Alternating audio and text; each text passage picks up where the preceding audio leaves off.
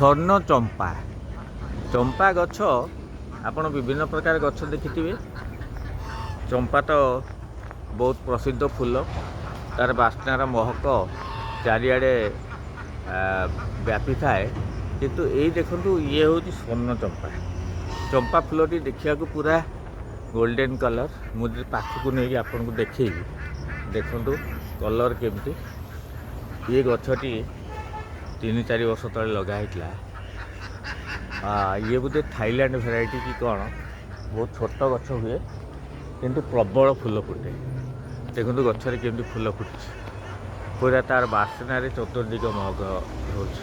କିନ୍ତୁ ଆମର ଯେଉଁ ନର୍ମାଲ ଚମ୍ପା, ଯେଉଁଗୁଡ଼ିକ ଆମ ଦେଶରେ ଚାଲେ, ସେ ଚମ୍ପା ଗଛ ମୁଁ ଦେଖେଇବି, ସେ ଚମ୍ପା ଫୁଲ ଏମିତି।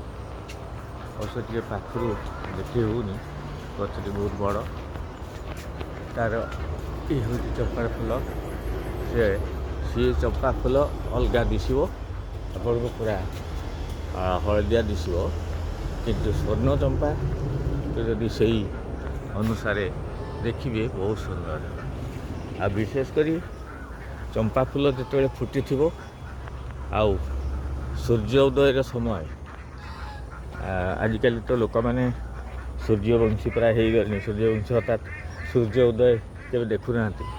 ତେଣୁ ଯେତେବେଳେ ସୂର୍ଯ୍ୟ ଉଦୟ ହେଉଥିବ ପୂର୍ବାକାଶରେ, ସେହି ସମୟରେ ଚମ୍ପା ଗଛର ସୌନ୍ଦର୍ଯ୍ୟ ବହୁତ ବଢ଼ିଆ ଦିଶେ, ଯେଉଁଠିକି ଅତି ମନମୁଗ୍ଧକର। ଏ ହେଉଛି ସେହି ସ୍ୱର୍ଣ୍ଣ।